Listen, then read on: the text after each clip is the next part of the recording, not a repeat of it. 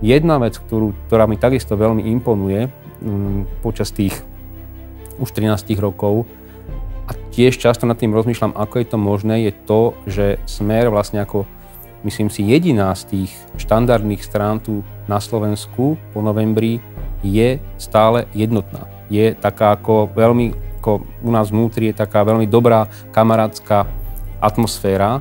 A skús mi povedať alebo podhaliť tvoj názor na toto tajomstvo, že na čom je to založené, že ten Smer sa nejakým spôsobom neštiepi, nedelí, že to proste spolu ťaháme naozaj už 13 rokov. Predovšetkým to etablovanie sociálnej demokracie vnímam cez ľavicu. Ľudia potrebujú a chcú ľavicu. A možno ani tak príliš nerozmýšľajú nad obsahom slova sociálna demokracia, ako to dnes vidíme, že aký je to rozdiel v Českej republike, kde je silná komunistická strana a je silná sociálna demokracia. Oni chcú niekoho, nejaký politický subjekt, ktorý prichádza s myšlienkou solidarity, bohatý, chudobnejší, silnejší, slabší, solidarita, pomáhať ľuďom, istoty. Toto ľuďom nejakej časti verejnosti bude vždy imponovať. Preto ľavica má svoje miesto a bude mať stále. Ja sa neobávam o miesto ľavice na Slovensku, pokiaľ sa budú ľavicoví politici správať normálne a prirodzene.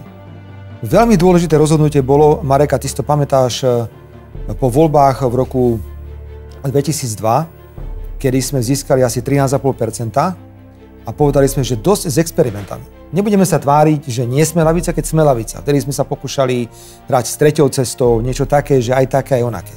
A jasne sme povedali, sme ľavicovo orientovaná strana, sme sociálna demokracia a ideme robiť túto politiku a sa nám to absolútne oplatilo. Ďalšie považujem za naozaj kľúčové to, čo sme predviedli z hľadiska integrácie stredoľavých subjektov. To, čo dnes vidíme napravo, je to, čo by sa možno bývalo dialo naľavo, keby sme si vtedy nepovedali, za hoc akú cenu musíme dať dohromady strany, ktoré sú dnes na okraji politického záujmu, ale stále majú nejaký potenciál, aj ľudí, aj myšlienok, dajme to dohromady. No a potom prichádza to ďalšie, že v Smere sa stretli veľmi zaujímaví ľudia. Veľmi zaujímaví. Nemusíme dnes sa tajiť a povedať, že mnohí z nich boli úspešní aj v podnikateľskom prostredí. No ale to, že je niekto úspešný v podnikateľskom prostredí, neznamená, že nemôže byť solidárny. No a tu podľa mňa trošku prichádza tá moja úloha ako človeka, ktorý... Ty ma dobre, Marek, poznáš. Možno koľkokrát som zvýšil hlas za tie roky. Málo kedy. To už musela byť nejaká situácia. To už naozaj muselo byť, že už aj ja som mal toho plné zuby a tak sa zdvihol hlas. Ale moja filozofia naďalej zotrváva v tom, že silný politik môže silou presadzovať svoje záujmy. Ja by som mohol veľakrát buchnúť po stole a povedať, nie, bude to takto, lebo to ja takto chcem. Vy by ste ma rešpektovali, ale len nejaký čas. A pri prvej príležitosti by ste mi to všetko vrátili. Toto sa dialo napríklad v SDL-ke. Preto, ak líder má byť úspešný a má dávať dohromady silných individuálnych predstaviteľov Smeru, a my tu takých máme, veď sa nerozprávame, ty si to, Palo Paška, Peťo Kažimír nám rastie ako z vody, Robo Kaliňák, Dušan Čaputovič, jednoducho môžeme ísť ďalej a ďalej, medzi ministrami sú veľmi silné osobnosti.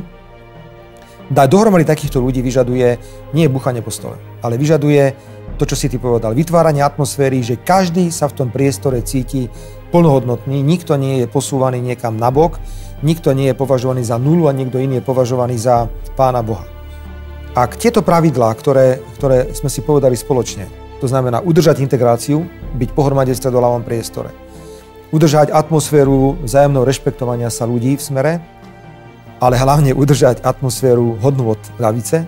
Nemôžeme teraz len tak sa postaviť a povedať, že s týmto už teraz skončíme, ideme niekde inde. Kto bude rešpektovať pravidlá a hodnoty ľavice, nemôže na Slovensku nikdy prehrať. Len to musí byť dôveryhodné.